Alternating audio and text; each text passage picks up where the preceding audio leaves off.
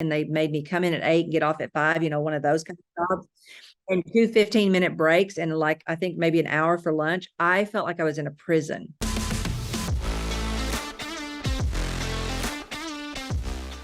Welcome to the Entrepreneur Motivation Podcast. I'm your host, Chris Bello. Today, I've got an awesome guest who I had a chance to connect with recently, Linda McKissack. Linda, welcome.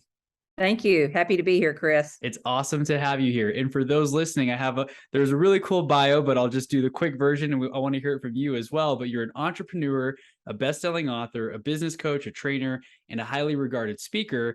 Your greatest passion is to help successful but overworked entrepreneurs understand the power of leverage and passive income in their lives. And then you have a really cool story of how you went from $600,000 in debt to a big life. So I told you before we hit record, that's going to definitely get my audience interested, because a lot of people, they're stuck in debt, they're trying to get out, they're trying to live that big life. But how did you go about living that big life? I guess let's hear a little bit about that when you grew up, or, you were born. I think you asked me this question on your show. You were born and now you're here. So stuff happened in between. Feel free to take it away. Share as much or as little as you like.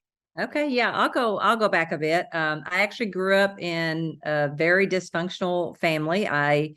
Both my parents were alcoholics. A lot of just turbulence and just insecurities, quite honestly, and just really causes you, I think, to anybody who's been through this, causes you to be more aware and more kind of a survivor, if you will.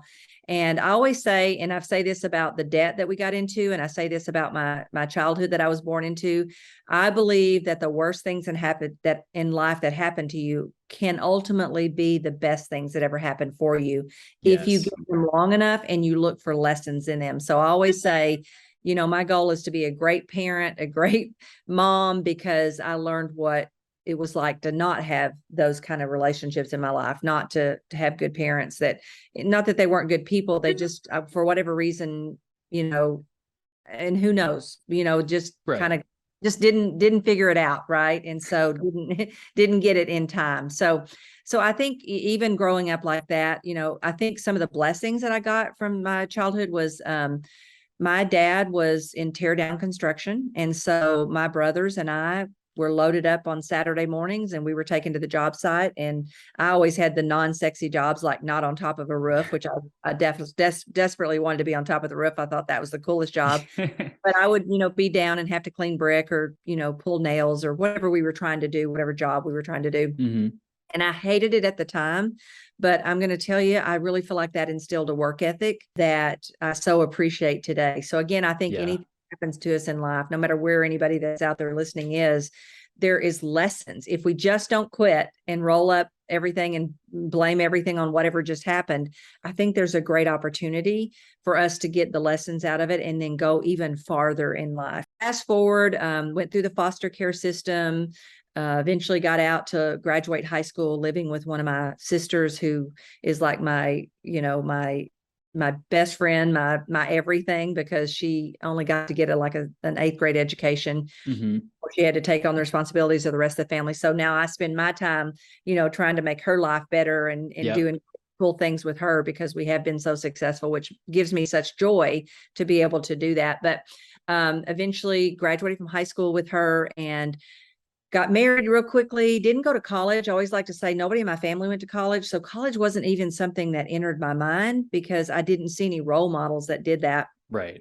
So I very quickly realized I'm a hard worker. Like, I would always have 2 and 3 jobs in high school, but they only paid minimum wage plus tips. Mm-hmm. So once I got divorced very quickly, after about 2.5 years, I met my husband, who was honestly the first entrepreneur I'd ever met in my life. I'd never met a person who had multiple businesses and, just had figured out how to not work for someone else, but make a living doing other things. And that was the first spark I had. The first spark I had about freedom came when I was 18 years old. And I got a job through one of my friends. Her husband worked at General Telephone. And so, I'd had 2 and 3 jobs through high school, but they always one was at 5, go in at 5 and get off at 10. They had these flex schedules. So I think I never felt trapped, mm-hmm. because my schedule was constantly changing and rotating. But the minute I graduated from high school, she got me a job at General Telephone, and they made me come in at 8 and get off at 5, one of Oh those kind yeah. of jobs. Oh yeah. And 2 15-minute breaks, and like, I think maybe an hour for lunch. I felt like I was in a prison. And Yep. and so that was, I always say, the first time. And I think our soul always kind of knocks on the door and speaks to us and tells us little messages. And mine started to tell me freedom is super important to you. And Yes. you've got to figure out a way to have freedom in your life. And so that was my first little clue. So I always like to say, from there, I went went back to college after I met my second husband, which we've now been married for 40 years, and went back to college because he suggested, why don't you go to school, go to college? He had not graduated, but he'd gotten close, and said, why don't you try to figure out who you are? And I thought, okay, great idea. Went to school, learned. I love learning, that I just light up in a world where I can learn new things, but never found really anything, any degrees that that I was passionate about. And so before I would graduate is when the economy crashed in Texas. It was in the early 90s, late 80s, early 90s. Actually, late 80s, it kind of started. And all of a sudden, my husband had to sell a business for $600,000 less than what we owed against it. Yikes, so literally, we said one night we were fine. The next day, made the sale, and all of a sudden, we owed the bankers $600,000 less than we made from the sale. So I knew something was wrong. I always like to say I was only in my mid-20s, so I didn't even think I knew what the word economy meant, much less is a good one or a bad one. But I knew there was tension and something was wrong, because my husband would not want to go to bed at night. And he said, the reason I don't want to go to bed is because when I wake up, morning comes too fast. And when I wake up, bankers are already calling me, and it's just not fun. So he sat me down, explained everything to me. And he said, I need your help to get out of this. And I looked at him and said, I always like to say, in 40 years, I don't ever go to my husband and say, hey, what do you think I should do? I do like most wives. I do what I think I should do. Yeah. Right. But I think because I was at such a loss for where we were, and I'd never encountered anything like that, I just had the foresight to ask him, I'm a hard worker, but I've not, other than bartending and waitressing for your nightclubs, I don't make hardly any money. What do you think I could do that would be helpful? And he said, a mentor of mine told me a long time ago, if you want to make a lot of money, real estate's the way to do it. Now, I've since grown up and realized that man meant buy real estate, develop real estate, invest, because that's what he did. It wasn't go get your wife, get her to sell houses, you guys will be rich forever. That was not really but today I'm thankful that we missed that message a little, because real estate was a great vehicle, and it gave me the flexibility. I always like to say I quit that 8 to 5 and went to real estate where you go in way before 8 and get off way after 5. Yeah. But there's something about when you're doing things for yourself, or when you're doing something that you are passionate about, or that you feel like you can do well, you don't really worry about the time on the clock. And you don't really, like I said, I don't worry about what time it is, whether I've eaten lunch or not eaten lunch, or how much I'm getting paid. And I've just kind of realized that part of what real estate that was interesting to me was the fact that I get to decide how much money I make. Right.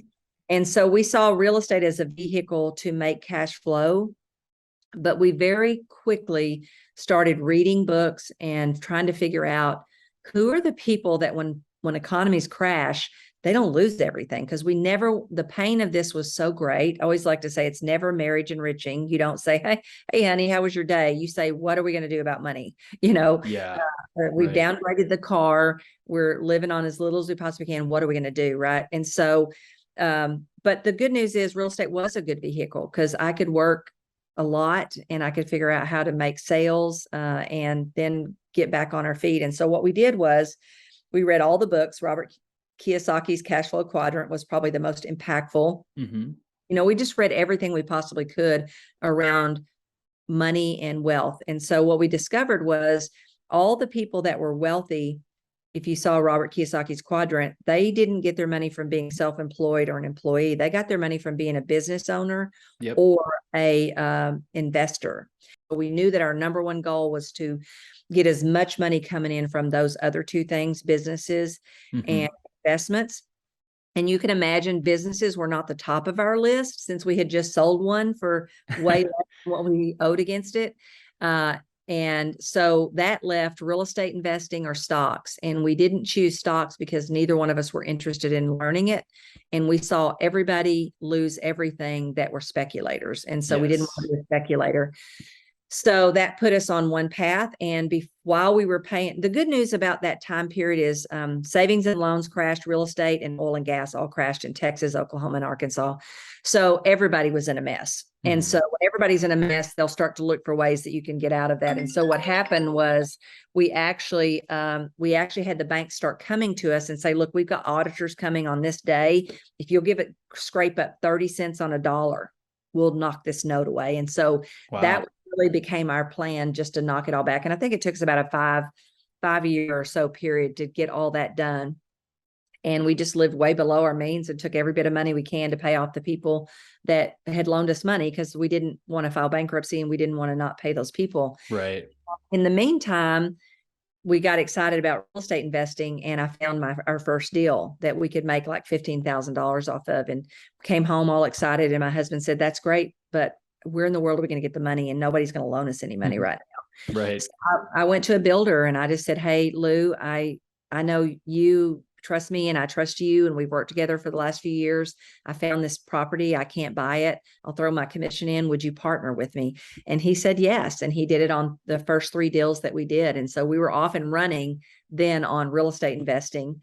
And then we would eventually circle back and go back into owning a business of real estate sales and treating it like a business. And then we just realized that we just needed to keep following this same formula that Kiyosaki had laid out, and keep it top of mind, because I think a lot of times we chase the money that's going to go in our bank account, not thinking about the money that's going to come in 20 years from now or 15 years from now. And so my husband's 9 years older than me. So we used his age and said, what amount of money would we want as our freedom number by the time he's 60, so that we're working because we want to, not because we have to. And it kind of just became part of what we did.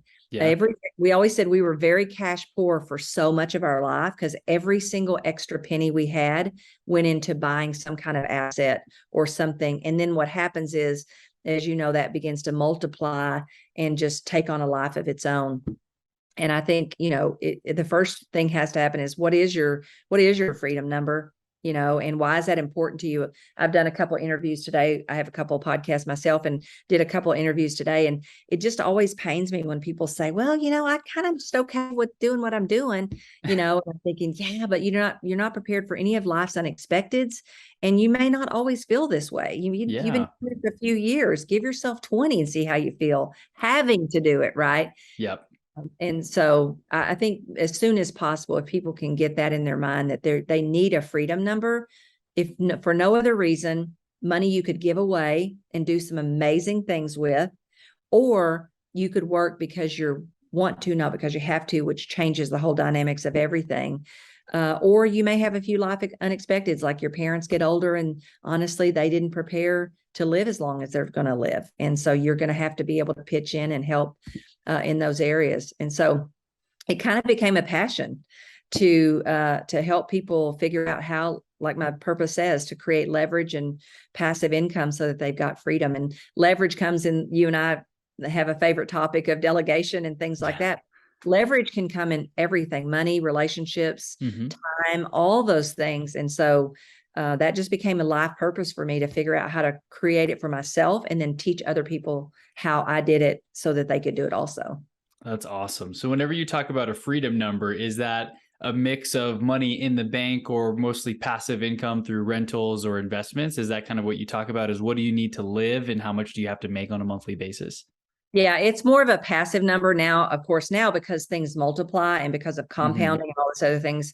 Now we have, yes, big chunks of money in the bank, but we never had that before, because any extra money didn't get put in the savings account. It got put in the savings account until we had enough to buy another investment property. Right. We would even have 15% of our commission checks taken off the top, because my husband likes to say we had the DMD disease, which is called the disappearing money disease. If that money hit our little hands, it was gone. Right. Yes. So we put an automatic system in place to keep it from us. And so then when it would build up enough, we'd just go buy another property. And then you can imagine, 20 years later, all those properties are being paid off. And now you're just, either snowballing the rest of the properties or stocking the money away in a bank account. So, I think a freedom number means a number where whatever lifestyle you have, and I used to really hate the question. I don't know if you've ever been to a seminar and they go, or somebody in your family might even do it. How much is enough? That question just made my limiting. It's a terrible question. And I could never figure out why that question bothered me so much and why I couldn't come up with a number. For the longest time, I couldn't come up with a number because I felt like I was committing to something that I didn't know if I wanted to commit to. Right. And so one of my mentors tell me, why don't you just come up with whatever amount of money it would take to live the lifestyle you want to live? And that's covered. Yes. So I did that and that made it better. But one of the best things that ever happened to me is because even sometimes you'll have your own family members that don't understand, who you are and why you're wired the way you are and different things like that. And so I always like to tease and say, my sister is totally opposite of me. She's very domestic. She loves to cook. She loves to organize. So her and I together make a really good team. I always say it only took me 2 first-class tickets to Hawaii to get her to stop asking me, Linda, why do you have to go all the time? Why do you do some things, right? We're just wired differently. Yeah. So she doesn't ask anymore. She now says, I don't know what all you do, but just go do more of it because she really wants to go to Hawaii. And so, but sometimes people will ask you those things. And so I reached out to one of my mentors one time and I said, can you help me with this? Because I'm really struggling. I don't know how to answer this. Right. And I don't understand people who don't think like I think on this. And so I need clarity. And so he said the most amazing things to me. He said, Linda, life is about becoming. And the way that we become is we get up every day and we go out into the world and we see what else we can achieve. And sports teams don't win one Super Bowl and quit. They go back out on the practice field and they see who else they can become. And I thought that is the most liberating thing anyone has ever told me, because I've since figured out that there's 2 types of entrepreneurs. There's one entrepreneur that when they hit a certain ceiling, they figure out how to break through it. And then that ceiling becomes their floor. And they go back out and they just want to see what else they can achieve, right? That's just how they're wired. And then there's a kind of entrepreneur that they're making more money than they've ever made. It's called more of a lifestyle entrepreneur. They live in the house they always dreamed of. They drive the car. They're in the country club that they want to be in. All those things that are important to them. No right or wrong, either one, just different. And when they get to a certain threshold, they just kind of start looking for, either community things to do or retire or do whatever is important to them. Right. Right. And that's just the difference in the entrepreneur. And so that helped me understand other people that weren't like me. Right. And then it also helped me understand me better. Right. And what I got from that when he gave that back to me was, oh my gosh, that's so true. I really love who I've become as much or more than the money that it's made me. Right. Yeah. And I just always have had a belief that when you bring value to the world, you cannot keep the money away. Right. So just focus on bringing the value, the money will show up. Right. Yeah, sure. You have to, be smart about everything, but whatever it is you're going to do, just focus on the value part of it. And then the rest will kind of take care of it. The money will take care of itself. I love that. And I love what you said about the first class thing, because I literally posted in a Facebook business group that I'm in recently. And I'm like, guys, like the shirt I'm wearing now is like 5 years old. I'm very simple. I really like the Apple Watch. I could wear this forever. I don't know if I need a Rolex or whatever. I mean, I have like a Lamborghini on here just for fun, but even then, like, my paid off Honda Accord, it drives just fine. And is there really that much out there that I don't have at the moment? And one person said, I used to think that too, but once I flew first class, I could never go back. And I thought about that. It's true. I've never flown first class. So I don't know what I'm missing when I'm stuck back there in economy seating. And so just the idea of you have to try it, don't knock it till you try it. And once you do, like you said, with your sister, it only took 2 of those flights to realize like, okay, keep doing what you're doing because this is awesome. Yeah. Yeah. And, then it becomes, I think, even more about experiences and people you can along with you. I tell the story. I always say there's certain things that I wish someone could tell you on the front end of your wealth building journey. Things that you don't know, because life is if you live long enough, you're going to experience lots of different things. Right. Yep. And so you don't know what those are going to be, but I always think of a story of a friend of mine who's done very well passively also. And his mother got to a place where she lived by herself for a long, long time, but then she had to go into a home and it was up in Very Pennsylvania. expensive. Very expensive. And he was in Florida. And even beyond that, not only was it expensive, but he realized very quickly that if he didn't have someone specifically looking after her, she was going to deteriorate and not make it Very 6 months, long. Yeah. right? So he paid for full-time 24-hour nurses, 2 of them, that they did nothing but dote on her and take care of her. She had the best years of her life. They'd have a biannual birthday party for her. She loved the home she was in. She was taken care of. She loved the caretakers that were her caretakers. Right. Okay, now that's something that had I not heard his story, I would have never thought about. I wish I'd have heard it years before, right? But it's those kind of things, it's being able to take a relative that you have and pay off their house when they're in their 70s because they're going to lose their home, and give Yes. them a life estate, and don't worry about now they don't have to worry about a roof over their head, right? That's So awesome. there's always those kind of things that I wish we could share and teach people early. No one could have told me about all those things early, but it's the kind of the icing on the cake when you get there. Does that make sense? Yes, that absolutely does. And a lot of times we think about the possessions and materials, and Yeah. we can get caught up in either or instead of and. I heard that recently too, is like we always think it has to be live below your means or be Right. extremely, extravagant, but you could actually live within your means, but also have such a level of abundance that it is kind of extravagant at the same time. We always get stuck in that fallacy of we have to pick one or the other, when really we can Absolutely. have it all, which is really cool. Yeah, and we don't get to define what it is for anybody else, right? Right. It's so funny because I think we all have a tendency to kind of pull back a little bit because, to some people, to me, I use freedom, and I use Mhm. experiences, and I use things that are important to me. If they qualify for that, I'm going to go for it. Right. And Right. a certain amount of money is all someone needs. I totally agree with that. But to be honest with you, I kind of did for a short period of time, but I never thought long-term that having our own plane would be important to me. But with COVID and with everything the way it is, I hate the thought of how much it costs, but I'm going to do it, right? Because I want to get to the places I have to get to without taking all day to get there. And the places I need to get to conduct business take all day to get there in 2 or 3 stops. Mhm. So, you know what I mean? So I think we all have to be careful and not let someone else define for us, but also not define for other people. But yet check our own self and say, well, how could I be open to what other possibilities or what else my money could do, right? That would bring such joy for myself and other people, right? And we just don't know. You just don't know what life's going to bring you. I don't think Yeah. we're all going to do a better job of staying alive longer than we are teaching people how to have money long enough for as long as they stay alive. So I think we're all going to Right. have relatives. I think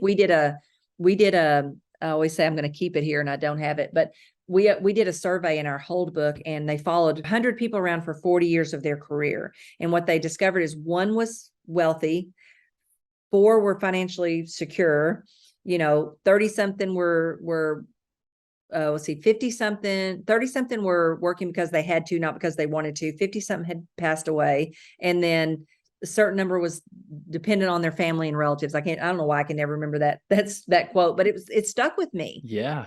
Said, okay, guys, this is our default key. If you don't interrupt it, this is the default key for most people. And so I want to interrupt those patterns and say, I know which one I want to be in. And I don't want to be down here depending on family and friends. I don't Right. have some of my family and friends are there, but I don't want to be the one to be there. And Right. so I think just realizing that if we don't do anything else, there is a statistic. And if you just look it up and follow it, it probably wouldn't be something you'd choose. So go ahead and choose, Yeah, be intentional about it. That's very powerful. And I love that you're also talking about all the good things that money can do, like, paying off the house so someone doesn't lose it.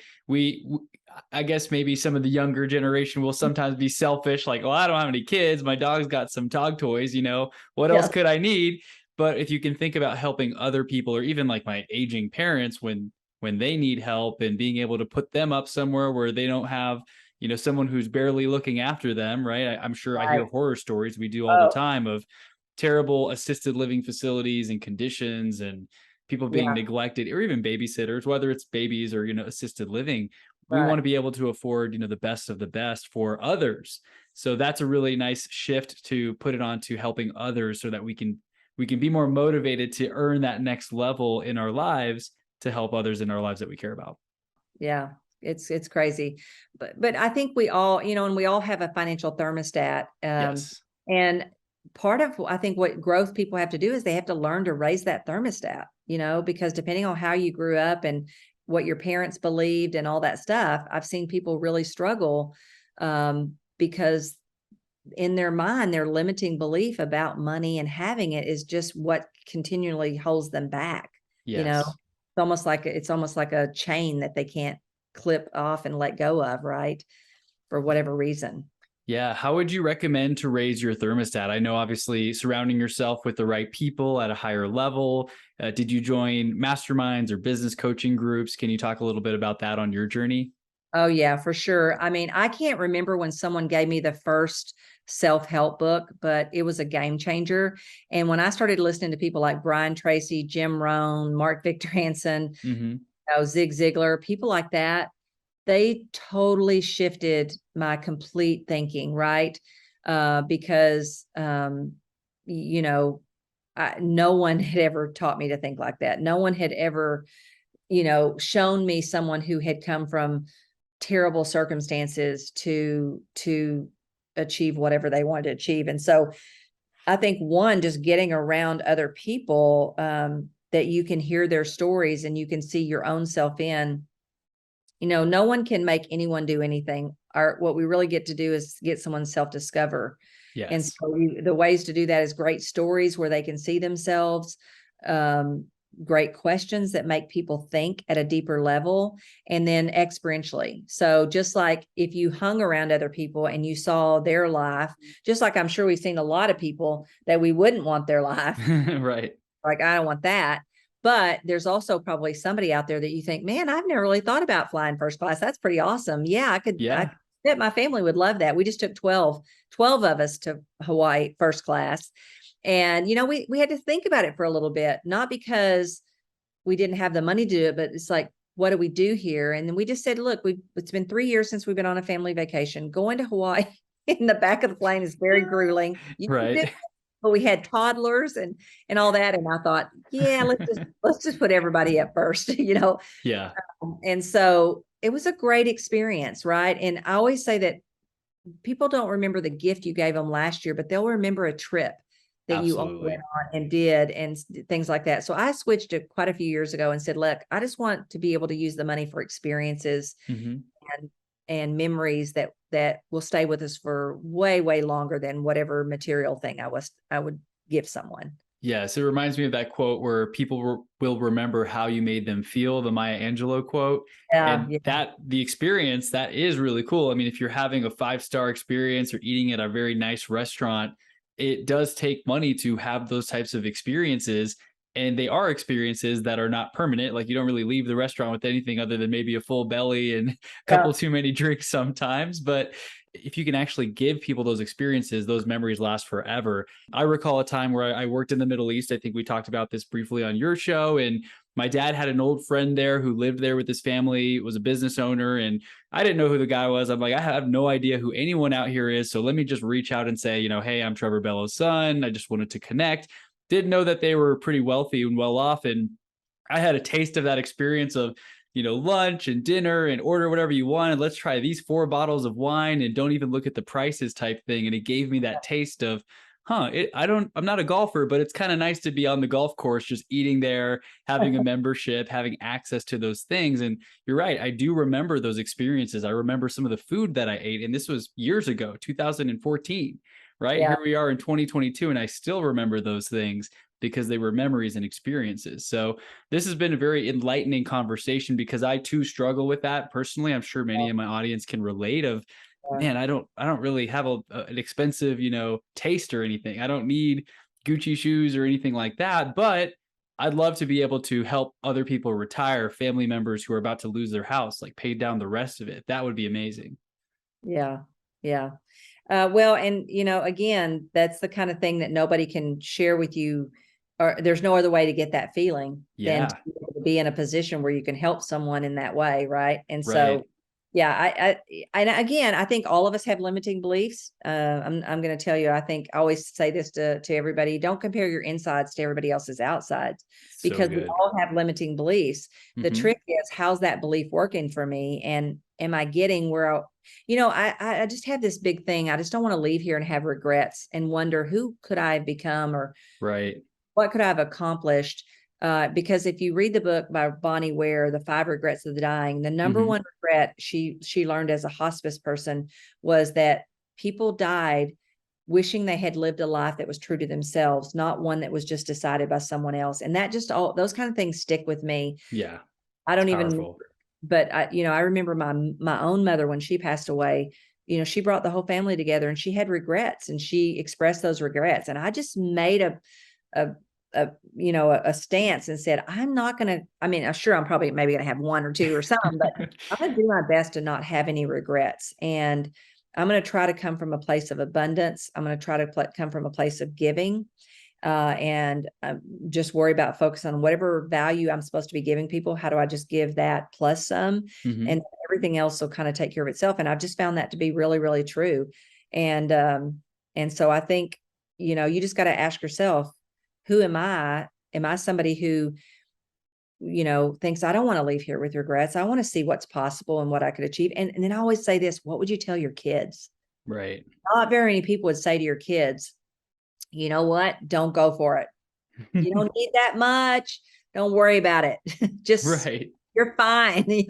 I think they would encourage them to become all that they could become and bring as much value into the world as they possibly could. And then find things that they're passionate about to give back to the world. Right. Because Right. I think we're all expected to be good stewards of whatever we have, and I think your life gives you those patterns of what those things are. I always say I have a goal of giving the Salvation Army $1 million, because as a kid, Salvation Army showed up every time we had a need, every time. So I know what that organization can do. And it just gives me great joy to write a check and hand it to them, and then have them send a note that says, right when you gave us this check, because I tend to listen. I feel God kind of gives me a little tap on my shoulder and tells me when I'm supposed to do something. I'm not always listening, but I Hmm. try to listen. And this one day he gave me kind of a tap on the shoulder that I needed to write a check specifically to Salvation Army and specifically to the housing. So I did that. And then I immediately got a note back from the person in charge of housing and said, thank you so much, because we just completely depleted our housing funds and your check showed up. So I don't think that's by accident, right? Definitely not. I don't think that's just accident. I think that was kind of destined, but I have to be the Hmm. person that listens to where the need is and what am I supposed to do. And then, what's the big scary thing out there that I should be going to try to accomplish next, instead of just being complacent because I've already, accomplished this or that. Our lives get big. The way your life gets big is go make those big, scary commitments that scare the heck out of you, that take courage. Hmm. Because once you get through that courage, and you get new credentials and then you'll get new confidence. But we got to keep doing that. We tend to get to a certain spot and just get complacent. And so I would say the formula for success is just go find the next big scary commitment and just make it, and we'll figure it out. Right. Yeah. So do you mind sharing what some of those commitments are for you now at this level, with all that you've accomplished and everything that you have going on? I mean, best-selling author, business coach, trainer, you have a lot on your plate. So I'm curious, what's that next goal for you?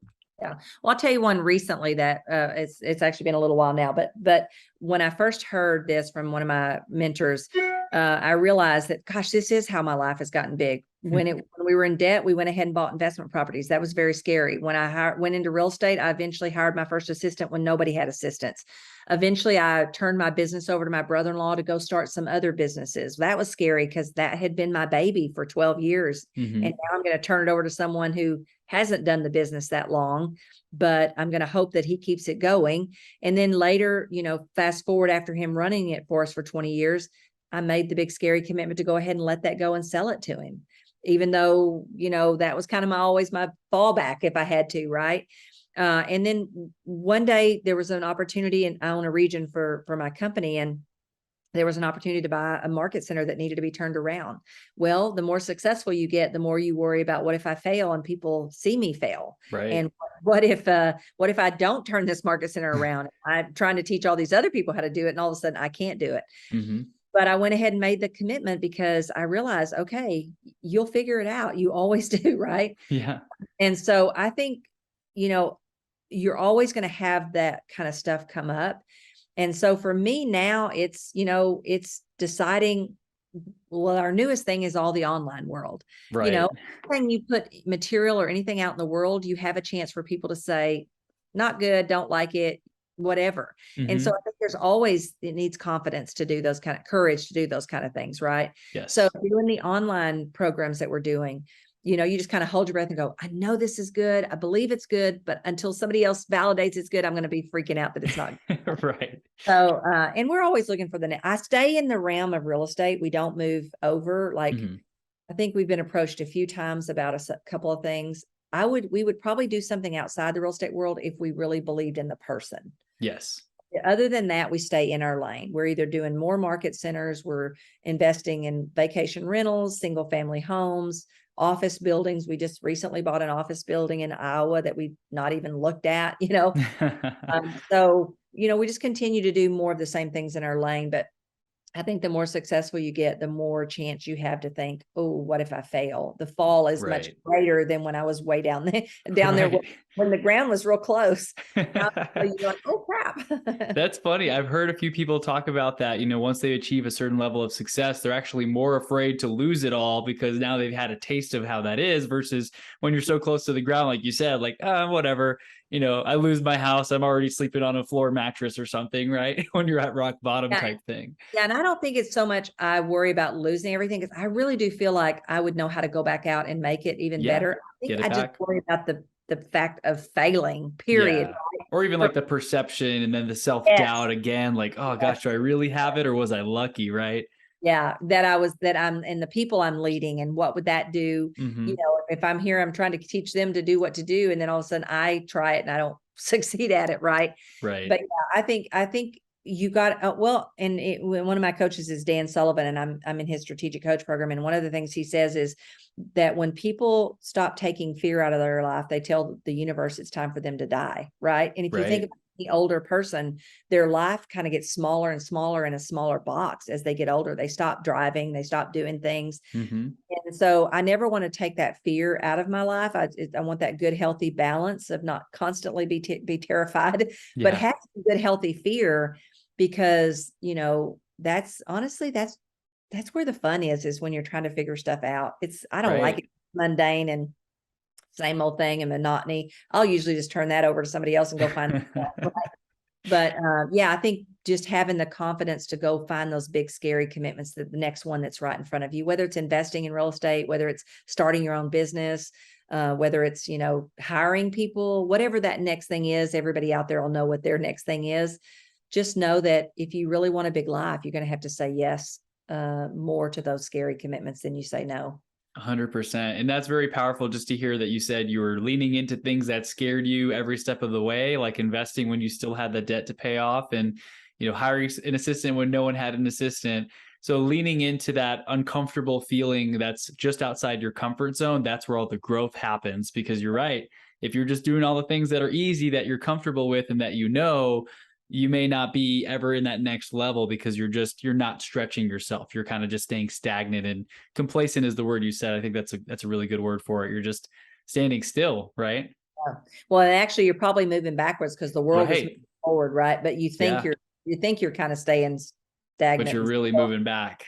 you're really kind of sliding back and not realizing it. But yeah. Yeah, it reminds me of the one quote, if you're not growing, you're dying. So really you have to be focusing on growth, on moving forward. Otherwise, you're going to be going more towards death or decay, I guess, with your business, your finances, everything that you're working on. So very Yeah. powerful stuff. So is there anything else that's been really top of mind for you lately? I know obviously you love giving back and teaching others and coaching people. Has there been something that's like a central focus outside of just those kind of areas that you're focusing on right now, or? Yeah, no, I mean, pretty much we're staying in the real estate world right now. We do have a few long-term projects that will take us maybe outside to the more entrepreneurial world. Okay.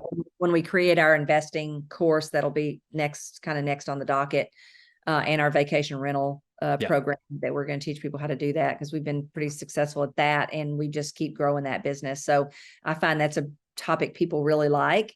And anything we can keep people moving forward on creating wealth and passive income, we're always going to be teaching. But doing a lot of podcasts now, which I'm loving, because you can reach more people. Yes. We're about to do a profit share summit, which is only good for our people that are in our organization. But I'm excited about it, because the more you talk about something, the more people get excited, and you never know when that one thing is going to cause somebody to click and go, I get it. I'm going to get busy and do this for myself and my family. So yeah, just doing more of those more of the online stuff that quite honestly, is where everything is headed. And, and you got to find what works for you. I was telling somebody the other day that, I first started out trying to do some podcasts and things by myself, and I sucked at it. It was horrible. I hated every second of it. And then I realized, oh my gosh, I need another person, because, and you were on our podcast with Dana and I, because while Dana's talking, I'm thinking. And when she's thinking, I'm talking, right? And so we can really very helpful work there together.